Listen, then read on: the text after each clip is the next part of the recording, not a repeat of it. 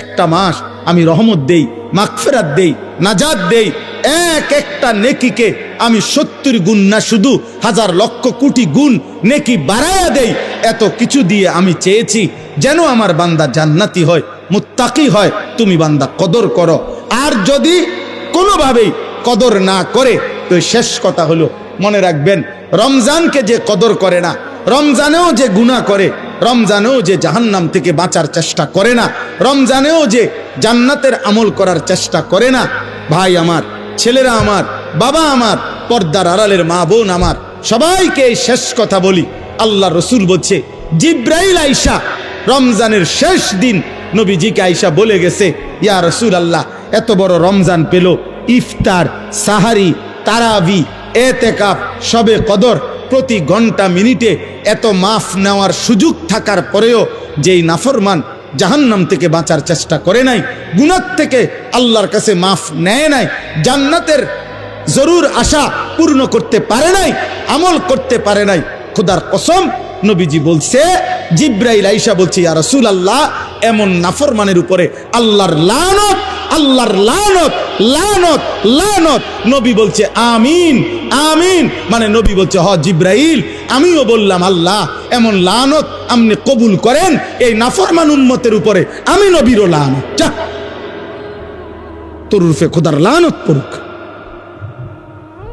যা, এত বড় রমজান তুই এখনো বিড়িয়ে খাস, এত বড় রমজান নাফরমান তুই আজও ওজনে কমে দে। তোর কিস্তি শেষ হয় না, সুদে শেষ হয় না, তোর নর্তকী দেখাই শেষ হয় না, তোর উলঙ্গ ছবি দেখাই শেষ হয় না, তোর জিনা ব্যভিচারে শেষ হয় না।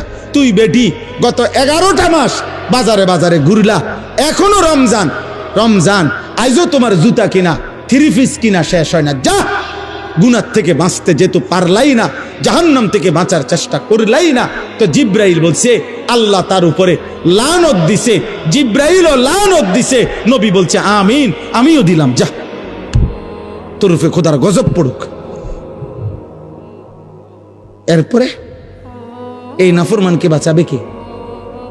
হ্যাঁ বলেন? অতএব বাবা, তামসা করো, কোনো অসুবিধা নেই। আমাদের সামনে মাহে রমজান, আমাদের সামনে মাহে রমজান। আল্লাহ তাআলা বলছে, ইয়া আইয়ুহাল্লাযীনা আমানু, হে ঈমানদারগণ, তোমরা আমার, পৃথিবীর আর কেউ শুনুক আর না শুনুক, মুমিন, তুমি বলতেছো তুমি মুমিন, তুমি বলছো তুমি মুসলমান, তোমার মুখ দিয়ে তো তুমি লা ইলাহা ইল্লাল্লাহ বলতেছো, তোমার মুখ দিয়ে তুমি মুহাম্মাদুর রাসূলুল্লাহ বলছো। অতএব আমি তোমার কাছে চাচ্ছি, কুতিবা আলাইকুমুস সিয়াম, তোমাদের জন্য আমি রোজাকে ফরজ করলাম, কামা কুতিবা আলাল্লাযীনা মিন ক্বাবলিকুম, তোমাদের পূর্ববর্তী ঈমানদারদের উপরেও আমি রোজা ফরজ করেছিলাম। কেন? লাআল্লাকুম তাত্তাকুন। আল্লাহ বলছে, গত 11 মাসে আমি চেয়েছি তোমাকে মুত্তাকি বানাইতে। আমি 11 মাস ধরে বলছি, ইত্তাকুল্লাহ, ইত্তাকুল্লাহ, ইত্তাকুল্লাহ, আল্লাহকে ভয় করো, আল্লাহকে ভয় করো, আল্লাহকে ভয় করো, আল্লাহকে ভয় করো। কিন্তু কোনো পাত্তা দিলা না বান্দা, কোনো পাত্তা দিলা না। ঠিক আছে বান্দা, যাও, আমি আল্লাহ আবারও দয়া করে সব বাদ দিলাম, 11 মাস বাদ, যাও, একটা মাস মাত্র এবার, আইয়ামাম মাদুদাত, 30টা দিন গোনা গোনা, 30 দিন, 31 দিন হবে না, 32 দিন লাগবে না, 30 দিন, 30 দিন, কথা কথাই, প্রয়োজনে একদিন কমায় এলামু, 29 দিন, হয় 29 নয় সর্বোচ্চ 30, 30টা দিন তুমি রমজান পালন করবা, একটা গুনাহ করবা না। চুরি, ডাকাতি, জিনা, ব্যভিচার, মদ, জুয়া, অশ্লীলতা, বেহায়াপনা, অসভ্যতা, নোংরামি, বেপরদিগি, উলঙ্গতা, অসভ্যতা, হারাম উপার্জন করবা না। আর জিকির করবা, তিলাওয়াত করবা, রোজা রাখবা, ইফতার করবা, সাহারি খাবা, তারাবি পড়বা, শেষ দশকে এতেকাফ করবা, শবে কদর তালাশ করবা, প্রতিদিন কাঁদবা, দোয়া করবা, মুনাজাত করবা, একটা মাস গুনে গুনে আমার ইবাদত আমলে কাটাইবা, গুনাহ থেকে বেঁচে থাকবা। আল্লাহ বলেন, আমি 30 দিনেই তোমারে মুত্তাকি বানায়া জান্নাতি বানায়া দেব, লাআল্লাকুম তাত্তাকুন। আল্লাহ তাআলা বলছে, বান্দা, কঠিন হবে না, কষ্ট হবে না, দেখো তুমি নিয়ত করলে পারবা। এখানে আছে, ইউরিদুল্লাহু বিকুমুল ইউসরা ওয়ালা ইউরিদু বিকুমুল উসরা। আল্লাহ তাআলা বলে, বান্দা, আমি যেমনে যেমনে রমজান সাজাইছি, রমজান, রোজা, ইফতার, সাহারি, তারাবি, এতেকাফ, শবে কদর, যেটা যেমনে সেটিং করছি, আল্লাহ বলে বান্দা বিশ্বাস করো, আমি আল্লাহ খেয়াল রাখছি তোমার যেন সহজ হয়, কঠিন যেন না হয়। এইভাবে আমি আল্লাহ বিধানটা আমি নিজের হাতে সাজাইছি। ইউরিদুল্লাহু বিকুমুল ইউসরা, তোমার কঠিন হবে না, তোমার কঠিন হবে না। আমি জানি তোমার ভিতর বাহির, তোমার শরীরের যোগ্যতা কদ্দুর, এ তো আমি দিছি বান্দা। তোমার শরীর স্বাস্থ্য, তোমার জীবন যৌবন আমি দিছি। তুমি অসুস্থ প্রচন্ড, কোনোভাবেই তুমি পারবা না, তো ঠিক আছে, ফামান কানা মিনকুম মারিদান, তুমি যদি প্রচন্ড অসুস্থ হও, যে অসুস্থতা রোগ বেড়ে যাবে রোজা রাখলে, তো ঠিক আছে, যখন সুস্থ হও তখন তুমি কাজা করে নিও। আল্লাহ বলছে লম্বা পথ সফর করবা, তোমার কষ্ট হবে, মুসাফির, ঠিক আছে, তুমি ওই সময় রোজা ছেড়ে দিও, অন্য সময়ে যখন বাড়িতে থাকবা কাজা করে নিও। তুমি যদি একেবারে বৃদ্ধ দুর্বল হও, যে আর কোনোদিন সবল সুস্থ রোজা রাখার মতো যোগ্যতা তোমার ধারণা আর কোনোদিন হবে না, তো আল্লাহ বলেন অসুবিধা নাই, যাও ফিদিয়াতুন তুআমু মিসকিন, প্রত্যেক রোজার বিনিময়ে এক সাদকায়ে ফিতির, রমজানে যে ফিতরা দেন এই ফিতরা পরিমাণ একজন মিসকিনকে খাবার বা সমপরিমাণ মূল্য তুমি দিয়ে দাও। আল্লাহ বলেন সব রকমের সুযোগ রাখছি। প্রচন্ড দুর্বল হলে কি করবা, মুসাফির হইলে কি করবা, একেবারে বৃদ্ধ হইলে কি করবা, এইভাবে গর্ভস্থিত নারী যার গর্ভে বাচ্চা আছে তার জন্য কি করতে হবে, আল্লাহ তাআলা বলেন আলাদা আলাদা করে বলছি, কঠিন কিছু বলি নাই। সন্ধ্যা থেকে নিয়ে সুবহে সাদিক পর্যন্ত খাও, পান করো, স্বামী স্ত্রী মিলামেশা করো, সুবহে সাদিক থেকে সূর্যাস্ত পর্যন্ত শুধু এটুকু সময় খাদ্য খাবার থেকে বিরত থাকো। শেষ দশক এতেকাফের চেষ্টা করো, বেজর রাত্রিগুলো সবে কদর তালাশ করো, গুনাহ কইরো না। বাজারে তো সারা বছরই যাইতে পারবা, কাপড় লুঙ্গি শার্ট শাড়ি থ্রি পিস জুতা এ তো সারা বছরই কিনতে পারবা। একটা মাস আমি রহমত দেই, মাগফিরাত দেই, নাজাত দেই, এক একটা নেকিকে আমি 70 গুণ না শুধু হাজার লক্ষ কোটি গুণ নেকি বাড়ায়া দেই। এত কিছু দিয়ে আমি চেয়েছি যেন আমার বান্দা জান্নাতি হয়, মুত্তাকি হয়। তুমি বান্দা কদর করো, আর যদি কোনোভাবেই কদর না করে তো শেষ কথা হলো মনে রাখবেন, রমজানকে যে কদর করে না, রমজানেও যে গুনাহ করে, রমজানেও যে জাহান্নাম থেকে বাঁচার চেষ্টা করে না, রমজানেও যে জান্নাতের আমল করার চেষ্টা করে না, ভাই আমার, ছেলেরা আমার, বাবা আমার, পর্দার আড়ালের মা বোন আমার, সবাইকে এই শেষ কথা বলি। আল্লাহ রসুল বলছে জিব্রাইল আইসা রমজানের শেষ দিন নবীজিকে আইসা বলে গেছে, ইয়া রসুল আল্লাহ, এত বড় রমজান পেল, ইফতার, সাহারি, তারাবি, এতেকাফ, শবে কদর, প্রতি ঘন্টা মিনিটে এত মাফ নেওয়ার সুযোগ থাকার পরেও যেই নাফরমান জাহান্নাম থেকে বাঁচার চেষ্টা করে নাই, গুনাহ থেকে আল্লাহর কাছে মাফ নেয় নাই, জান্নাতের জরুর আশা পূর্ণ করতে পারে নাই, আমল করতে পারে নাই, খোদার কসম নবীজি বলছে, জিব্রাইল আইসা বলছে, ইয়া রাসূলুল্লাহ, এমন নাফরমানের উপরে আল্লাহর লানত, আল্লাহর লানত, লানত, লানত। নবী বলছে আমিন, আমিন, মানে নবী বলছে হ জিব্রাইল, আমিও বললাম আল্লাহ এমন লানত আপনি কবুল করেন এই নাফরমান উম্মতের উপরে, আমি নবীরও লানত, যা তোর রূপে খোদার লানত পড়ুক, যা। এত বড় রমজান তুই এখনো বিড়িয়ে খাস, এত বড় রমজান নাফরমান তুই আজও ওজনে কমে দে, তোর কিস্তি শেষ হয় না, সুদে শেষ হয় না, তোর নর্তকী দেখাই শেষ হয় না, তোর উলঙ্গ ছবি দেখাই শেষ হয় না, তোর জিনা ব্যভিচারে শেষ হয় না। তুই বেটি গত 11টা মাস বাজারে বাজারে ঘুরলা, এখনো রমজান, রমজান আইজও তোমার জুতা কিনা থ্রি পিস কিনা শেষ হয় না, যা। গুনাহ থেকে বাঁচতে যেহেতু পারলাই না, জাহান্নাম থেকে বাঁচার চেষ্টা করলাই না, তো জিব্রাইল বলছে আল্লাহ তার উপরে লানত দিছে, জিব্রাইলও লানত দিছে, নবী বলছে আমিন, আমিও দিলাম, যা তোর উপরে খোদার গজব পড়ুক। এরপরে এই নাফরমানকে বাঁচাবে কে? হ্যাঁ বলেন? অতএব বাবা তামসা করো, কোনো অসুবিধা নেই, এ কথা শেষ আমার। মনে রাখো, হাসি কান্না, আনন্দ বেদনা, সুখ দুঃখ, হ্যাঁ, আনুগত্য অবাধ্য, ঈমান কুফর, কোনো কিছুতেই পৃথিবী থামে না, তুমিও থামতা না, একদিন কবরেই চলে যাইতো। হাসলেও কাঁদলেও, সুখে থাকলেও দুঃখে থাকলেও, ইমানদার হইলেও নাফরমান হইলেও, আনুগত্য থাকলেও আনুগত্য না থাকলেও, সেজদা দিলেও মৃত্যু হবে, সেজদা না দিলেও মৃত্যু হবে। সেজদা দিতে দিতে আব্দুল কাদের জিলানী হইলেও মৃত্যু হবে, নাফরমানি করতে করতে ফেরাউন নমরুদ হইলেও কি হবে? খালাস, অসুবিধা নাই, কোনো অসুবিধা নাই। চলো ভাই, কারো জন্য পৃথিবী থামে না। আমাদের কারো মৃত্যুতে, আমাদের কারো জন্মে সেকেন্ড, ঘন্টা, মিনিট, 1 সেকেন্ড থামে না। সময়ের গতি থামে? কথা বলে না। পৃথিবী থামে কারো জন্য? না না। কোন ক্ষমতাধরের মৃত্যু আর কোন ফকিরের মৃত্যু সময়ের কাছে সবাই বরাবর। সময় বলে আমি চলছি তো চলছি, কে মরলো, কে জিতলো, কে হারলো, কে জন্ম নিল, আমার তো সময়। আমি যাচ্ছি আখিরাতের দিকে, আমি যাচ্ছি কবরের দিকে। অকুল্লুম ফি ফালাকিন ইয়াসবাহুন।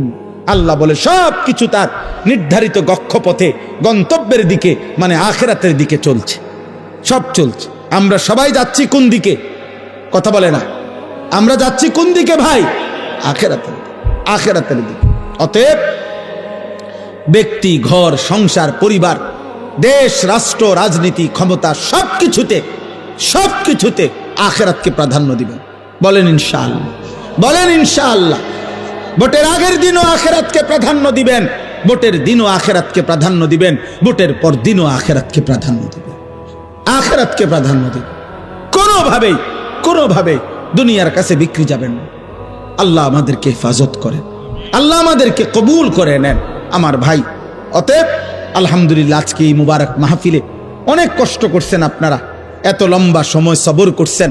আলহামদুলিল্লাহ, আল্লাহ তাআলা এই ফুলগড় বারেশ্বর মাদ্রাসা আল্লাহ কবুল করে নেন। আজকে যেই ছেলেরা হাফেজে কোরআন হয়েছে, আল্লাহ তাদেরকে কবুল করে নেন। যাদের সহযোগিতা করেছে, তাদেরকে হাদিয়া দিয়েছে বিভিন্ন রকমের, মাশাআল্লাহ, আল্লাহ তাআলা তাদের সবাইকে কবুল আর মঞ্জুর করে নেন। আমার একটা ছোট্ট পরামর্শ আছে, সেই পরামর্শটা হইল, না মানলেও সমস্যা নাই, বাকি আমি আমার পরামর্শ হইল, ওই যেই প্রবাসী কল্যাণ সংস্থার নাম বলছেন কি জানি, বারেশ্বর প্রবাসী কল্যাণ, বারেশ্বর প্রবাসী কল্যাণ সংস্থার কাছে, আপনাদের কাছে আমার পরামর্শ হলো, আমার আন্তরিক প্রশংসা হলো, প্রতি বছর যে হাফেজে কোরআন হবে তাকে একটা সাইকেল পুরস্কার দেওয়া হবে। সাইকেল পুরস্কারের সাথে কোরআনের হাফেজের কি সম্পর্ক আমি এটা বুঝলাম না, আমার এটা মাথার ধরল না। সাইকেলের সাথে কোরআন হেফজের সাথে সম্পর্ক কি হইল? এতে করে সে কি করবে? মানে হাফেজে কোরআন সাইকেল দিয়া আলাদা কি লাভবান হবে, এটা আমার মাথায় ধরল না। হ্যাঁ, এটা আমি বুঝলাম না। এই জন্য আমার পরামর্শ হলো, কোনো হক্কানি মুত্তাকি আলেমে দিন থেকে পরামর্শ নিয়ে আপনি জেনে নেবেন যে কোনো তালেবে এলেমকে, কোনো মাদ্রাসার ছাত্রকে, কোনো হাফেজে কোরআনকে কি পুরস্কার দিলে তার উত্তম হবে, তার সারা জীবনের এলেম অর্জনের জন্য কাজে লাগবে, পড়ালেখার জন্য কাজে লাগবে। এখন এইটা দিয়ে যদি সে কালকার থেকে গোটা 1 মাস সরকির মতো সারাটা মুরাদনগর গড়ে, তাইলে প্রবাসী কল্যাণ সংস্থার নেকি কি হবে আমি বুঝি না। এই জন্য আমি এটা ফিরাইয়া নিতে বলি না। আমি এবার তো দিছেন আলহামদুলিল্লাহ, কিন্তু উনি বলছেন প্রতি বছরেই একটা সাইকেল দিবে না। পৃথিবী যদি সবাই আপনার যেই সম্ভাবনা দেখা দিছে বাংলাদেশে, যেই প্রতিশ্রুতি এইবার নির্বাচনকে সামনে রেখে, আমি তো ধারণা করতেছি 13 তারিখ যেই জিতক 12 তারিখ প্রত্যেকের হেলিকপ্টার দিবে। বুঝেন নাই কথাটা? তাইলে তখন তার সাইকেল কাজে লাগতো না। এই জন্য তালেবে এলেম, এটা নিরুৎসাহিত করছি না, আপনারা পুরস্কার দিবেন, হাদিয়া দিবেন, কিন্তু আলেমে দিন থেকে মশওয়ারা করে দিবেন। অর্থাৎ যেন ওই বাচ্চার আজীবন তার এলেমের কাজে লাগে, পড়ালেখার। এমন সুন্দর কোরআনুল কারীমের 2 সেট 10 সেট তাফসীর হইতে পারে, যেটা তার দাওরায়ে হাদিস একবারে শেষ পর্যন্ত আজীবন তার পড়ালেখার কাজে লাগবে। রাসূলুল্লাহ সাল্লাল্লাহু আলাইহি সাল্লামের হাদিসের অনেক কিতাব, তাকে 30,000 টাকার কিতাব দেন, তারে 20,000 টাকার কিতাব কিনে দেন, যেটা সে আজীবন কি করবে? পড়ালেখা করবে। হ্যাঁ, আমার ছেলে হাফেজ হইয়া পুরস্কার পাইছে তাফসিরে তাওজিহুল কোরআন। তো আমি একদিন আমার বাসার এই তাফসির আমারও আছে, তা আমি আমার একটা খণ্ড পাচ্ছিলাম না, খুঁজেই পাচ্ছি না। 2-3 খণ্ড, আমার একটা খণ্ড আমি পাই না, ওই খণ্ডটাই তখন আমার দরকার। আমার ছেলে আমারে দৌড়াই এসে বলছে, আব্বু আমি যে পুরস্কার পাইছি এইটাই তো তাফসির, তাহলে আমি এটা খুলে দেই আমারটা। তাহলে হে তার প্যাকেটিং করা ছিল, ওইখান থেকে খুইলা আমার এটা দিছে আব্বু এটা, তাহলে আমি তখন পড়লাম। আমার অনেক কিতাব আমার সন্তান পড়ে, আমার সন্তানের কিতাবও আমি পড়ে আমার উপকার হয়েছে। কথা বুঝছেন না? এই জন্য আগামী দিনে আপনাদের কাছে অনুরোধ রইল, সাইকেল না বরং তার এলেমের সাথে কোরআন সুন্নাহর এলেম শিখবে এমন কিছু, যার দ্বারা এরকম কিছু হাদিয়া দিলে সেটা বেশি পরিমাণে হোক, ইনশাআল্লাহ এতে বরকত হবে। আপনারাও সাদকায়ে জারিয়ার সওয়াব পাইতে থাকবে। কিতাব অল্প দিনে কি হয়ে যায় না, নষ্ট হয়ে যায় না, প্রজন্মের পর প্রজন্ম কিতাব পড়ে।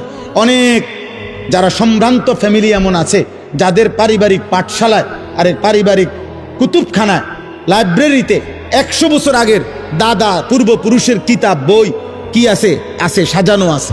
তাইলে বোঝা গেল যে এটা ফায়দা আসবে, এটা দীর্ঘমেয়াদী হবে। আল্লাহ তাআলা আপনাদেরকে তৌফিক দেন। এই মাদ্রাসার সাথে যার যত সম্পৃক্ততা আছে আল্লাহ কবুল করেন। আল্লাহ আজকের এই মেহমান উপস্থিতি সবাইকে কবুল করেন। বিশেষ করে আমার প্রিয় বন্ধু মাওলানা সিরাজুল ইসলাম ভাইকেও আল্লাহ তাআলা ভরপুর কবুল করেন। ছোটবেলার আমরা ছাত্র জীবনের দোস্ত ছিল, আজ অনেক দিন পরে দেখা হয়েছে। আল্লাহ তাআলা তাকে সুস্থতার সাথে আফিয়তের সাথে মানুষের কল্যাণে খেদমত করার তৌফিক দান করেন, আমিন। পবিত্র কোরআনুল কারীমের 2 নম্বর পারা 2 নম্বর সূরা, সূরাটির নাম সূরায়ে বাকারা। এই সূরার 183 নম্বর আয়াত আমি তেলাওয়াত করেছি। এই ছেলে, তোমার কি সমস্যা বাবা? আর এদিকে ফিরো, তুমি ওইদিকে ফিরে বসো। 183 নম্বর আয়াত সূরায়ে বাকারা। এই আয়াতটি আমি তেলাওয়াত করেছি মাহে রমজানকে সামনে রেখে। পবিত্র কোরআনুল কারীমের সূরায়ে বাকারার এখানে 5টা আয়াত, 183 থেকে 187, 183, 84, 85, 86, 87। এই মোট 5টি আয়াতে রমজান, রোজা এবং রমজানের সাথে প্রাসঙ্গিক শরীয়তের বিধিবিধান, আল্লাহর বিধিবিধান আল্লাহ তাআলা বিস্তারিত এখানে উল্লেখ করেছেন। আমাদের প্রিয় নবী সাল্লাল্লাহু আলাইহি ওয়াসাল্লামের একটা মোবারক কথা বলো না আব্বা, কথা বলো না। ছেলেরা তোমরা একজন আরেকজনকে বুঝায় বলো, ভাই কথা বলতে দিও না। যে কোনোভাবে কথা থামে না তারা বাইর করে দাও, বাইরে ছেড়ে দিয়ে আসো, ধরে আলগি দিয়ে 4 জনে ধরে। আমি ব্যক্তিগতভাবে কোনো প্রার্থী না, আমার কোনো ভোটে কোনো আমি প্রার্থী না, অতএব আমি আগের থেকেই ব্যাপক জনসমর্থন কখনোই প্রত্যাশা করি না। কারণ আমি তো আর ভোটে দাঁড়াইছি না, কাজে আমি এত অনেক জনসমর্থন আমার দরকার এমন কিছু না। আমি একটা দিল থেকে সবসময় ভাবি আল্লাহর কথা একজনকে বললেও নেকি হয়, তা আর আমার নেকি দরকার, তো সেটা অল্প মানুষকে বললেও সমস্যা কি। কিন্তু গাফেল মানুষ, ফালতু মানুষ, অমনোযোগী মানুষকে 1000 বছর বললেও লাভ হয়। যেই কলস উল্টানো, যেই জগ উল্টানো, উল্টানো কলসিতে 1 সাগর পানি ঢাললেও এটা কোনোদিন পুরবে না, কারণ এটা তো কলসটা কি উল্টা। নবী সাল্লাল্লাহু আলাইহি ওয়াসাল্লাম এটা হাদিসে বলছেন, কিছু মানুষের অন্তর উল্টান কলসির মতো, কালকুজে মিরবাদান, উল্টানো কলসির মতো। নবীজি সাল্লাল্লাহু আলাইহি সাল্লাম বলছেন, মানে কলস উল্টান, দিলটাও উল্টান। এবং নবীজি বলছেন শুধু উল্টানো কলস না, বরং কলসির উল্টা পিঠে আলকাতরা দিয়া মাইখা দিছে, যাতে করে 1 ফোঁটা পানিও না জমে, পিছলা হয়। তো নবীজি সাল্লাল্লাহু আলাইহি সাল্লাম বলেছেন, কিছু নাফরমানের অন্তর আল্লাহর অবাধ্যতা করতে করতে তার দিল উল্টে যায়। ফলে একটা সময় হয় এমন, লা ইয়ারিফু মারুফান ওয়ালা ইউনকিরু মুনকার, তখন আর কখনোই পরবর্তীতে আল্লাহর গজব যখন হয়, তখন আর কখনোই তার ওই উল্টা অন্তরে কোনো নেক কাজকে নেক কাজ মনে হয় না, কোনো গুনার কাজকে গুনাই মনে হয়। এটা মানুষের জীবনের সবচেয়ে বড় দুর্ভাগ্য। কারণ এটুকু অনুভূতি যদি কারো চলে যায়, তো তার জীবনে আর কিছু থাকে না। কম বেশি ভুল পাপ দোষ ত্রুটি আমাদের সবার আছে, হুজুরেরও পাবলিকেরও, ফির সাহেবেরও মুরিদ সাহেবেরও। কিন্তু বিষয়টা হলো অনুভূতি থাকা, নিজের বিবেক বোধ কাজ করে, আত্ম অনুভূতি আছে যে না, কাজটা আমি ঠিক করিনি।